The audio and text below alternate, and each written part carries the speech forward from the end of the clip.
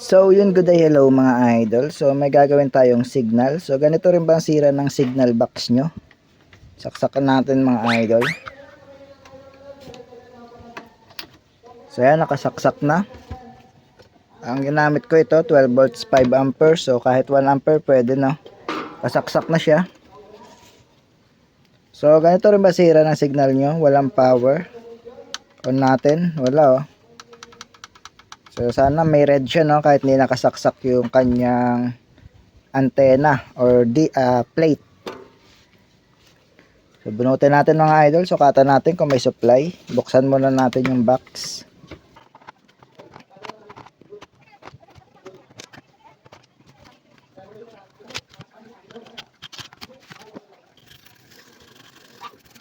Linisan muna natin mga idol para madali natin makita yung mga maliliit na pyesa.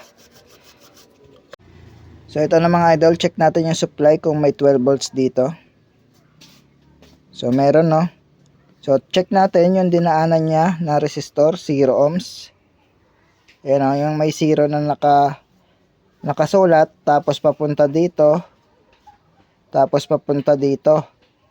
So nakaparallel yan, no? Ayan, o, may butas siya dito. Yung butas na yan, papunta yan dito. So may resistor muna, meron.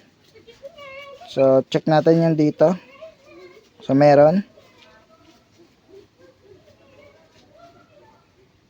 So meron din. Check natin kung nakatawid. So meron pa rin. Yung isa. So meron din. Check natin yung kanyang regulator mga idol. Kung meron. Yung isa. May 3.3. Check natin yung isa. So wala. Ibig sabihin nandito problema, no? Yung input, tingnan natin yung input. May 12 volts pero yung output wala. Check natin yung isa, input. May 12 volts yung output 3.3. So walang ano dito mga idol. Supply sa taas. So malamang dito nagka-problema kaya walang supply. So bunutin muna natin. Check natin kung shorted yung circuit ng regulator. Sa tingin ko okay yung regulator niya kasi hindi nawala yung supply dito sa input. So try natin ilagay sa continuity buzzer. Check natin, lagay lang natin tong ground sa ground. Tapos kung tutunog siya. Ayun, oh, tumunog. Ibig sabihin shorted. Check natin yung isa kung tutunog para malaman yung pinagkaiba. Oh, sa kabila wala. Sa kabila tumutunog kahit baligtarin natin yung test probe. Ibig sabihin may shorted na parts. Yan, oh. So gagawa na lang natin to ng paraan. Yung kabila tumunog pero nawala. Ibig sabihin okay yung shorted. So ito papunta yan dito mga idol. Yan, oh. Yung kabila wala. Diba? Dito may tunog dito. Ibig sabihin shorted siya sa ground.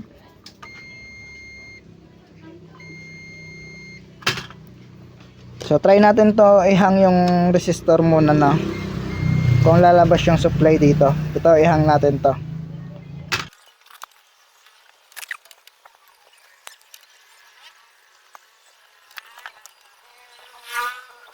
So ito na mga idol, natanggal na natin.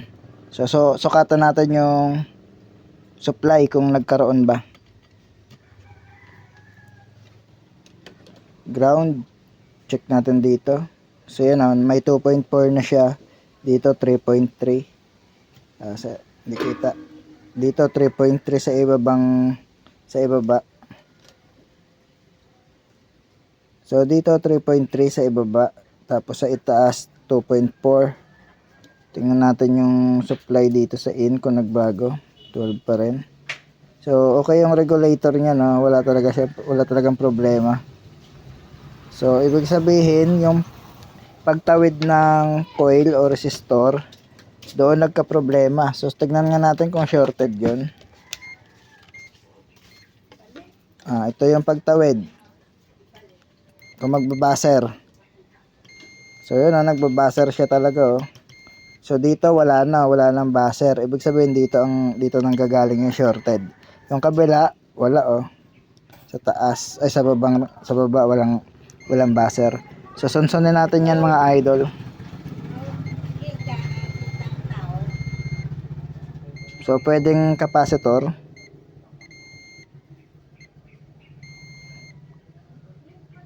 So yung transistor hindi naman shorted. Yung capacitor mukhang shorted. Kabilaan eh. Oh. Dito wala. So pansinin yung capacitor mga idol. Yan. Lagay nyo lang to sa ground pag maghahanap kayo ng shorted. Kabilaan tumutunog. Continuous dapat yung tunog para malaman yung shorted.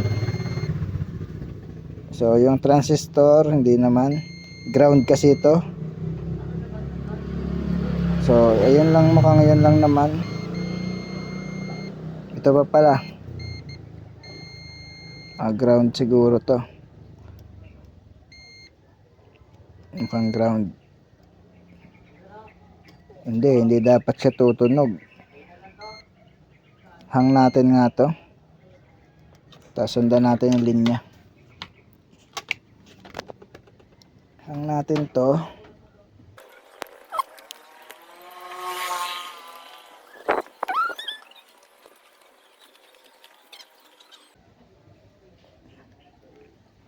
Yan, nakahang.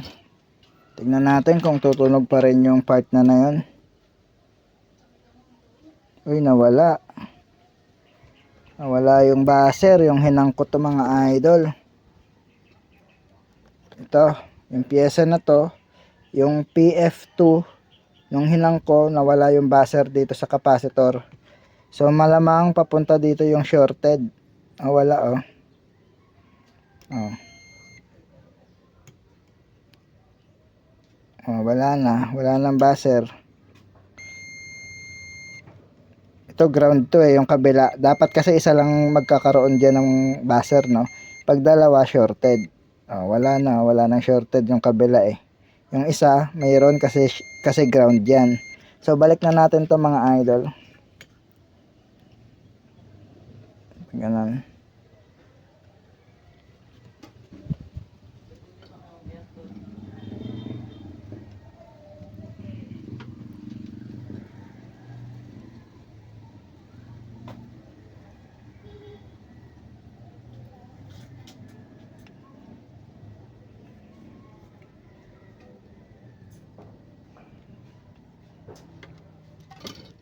Then, saksak natin, sukatan natin.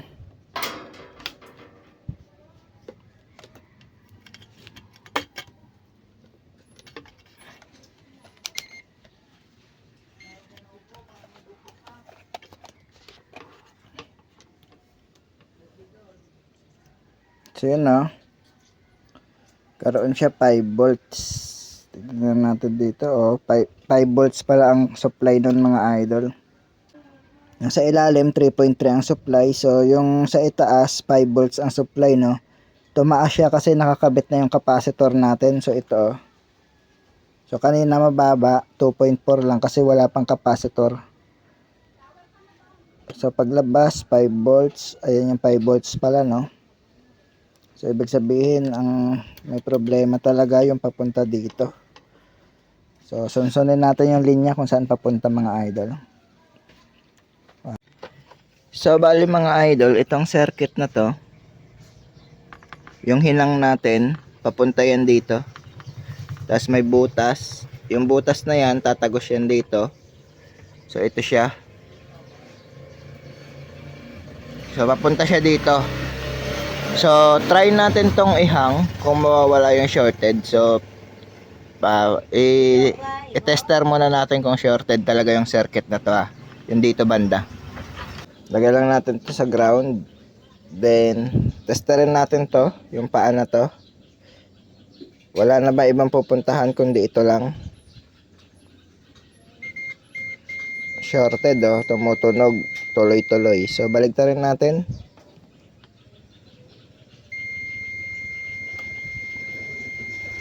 So try natin ihang kung mawawala yung shorted or baka itong capacitor ang shorted. Yan o, tumutunog rin. So sa part na to may shorted talaga na pyesa. So ihang natin para malaman natin kung alin dito. Yan o, tumutunog. So nahang na natin yung tinanggal natin pyesa. So shorted pa rin mga idol. Itong ano na to, ano, tumutunog pa rin. Shorted pa rin siya. So tanggalin natin naman yung capacitor. Ito, baka capacitor tapos meron pa isa ditong maliit. So tanggalin na natin yung dalawa. So ito na mga idol, natanggal na natin yung malaking capacitor. So may maliit pang natitira. So ito siya. Ayan, mag-focus. Ayan o. Ewan ko kung kita ha. Ayan o. Natanggal na natin. So try natin ngayon tester kung shorted pa yung part na nandito. Yun o, hindi na siya tumunog mga idol.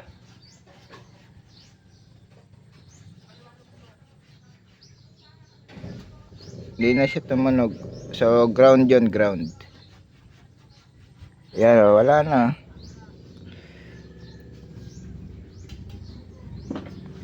So wala na, hindi na tumunog. Wala na talaga mga idol.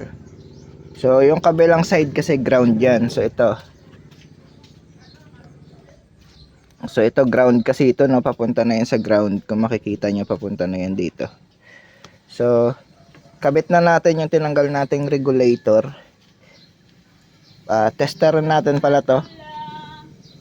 So isang kamay lang, medyo mahirap at maliit yung pyesa mga idol. So lagay natin muna dito.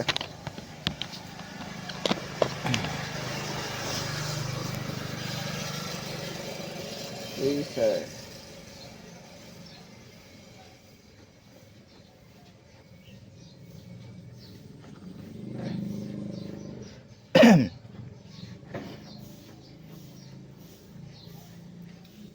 Ito siya.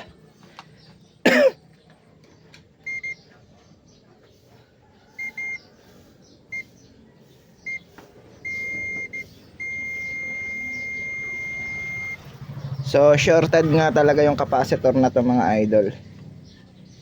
So tabi lang natin. Ibalik na natin yung mga hinang natin. So dami tayong hinang. So meron tayong hinang dito, dito, dito. So balik na natin yung mga yan. Hindi yan sira.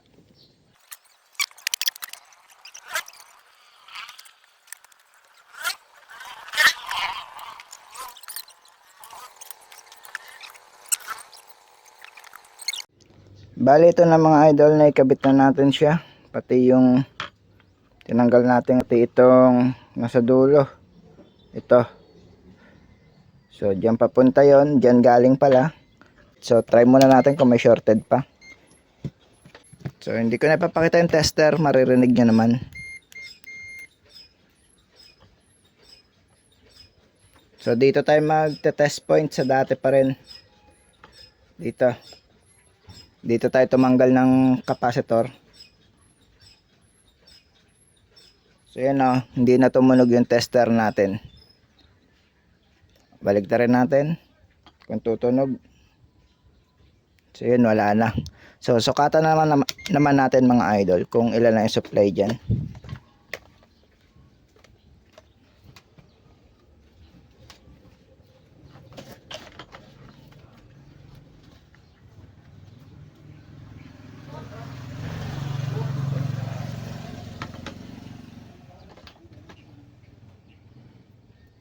Kung nakarating ba yun, nag-on na siya.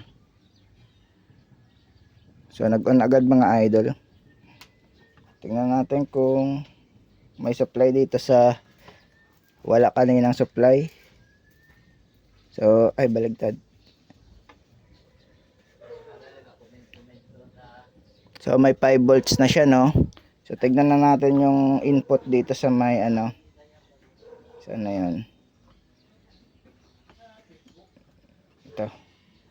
So dito, kung nagkaroon ba siya ng 5 volts. So yun, meron pa rin siyang 5.1.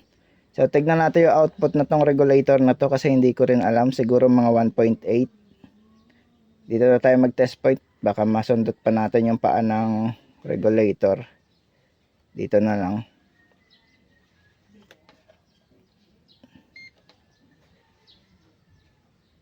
Meron siyang 1.4. So 1.4 pala yung output na to, no? Ito. So at least sa susunod na pag-repair natin, alam na natin 1.4. Para kung sakaling may short ulit, pwede na tayo mag-bypass ng 1.4 dito. So tingnan natin yung output niya. So yun, 1.4 din. So ibig sabihin 1.4 to mga idol yung kanyang output dito. So wala rin siyang ilaw dito kasi walang plate na nakakabit. Pero kanina walang ilaw tapos walang display to. Okay?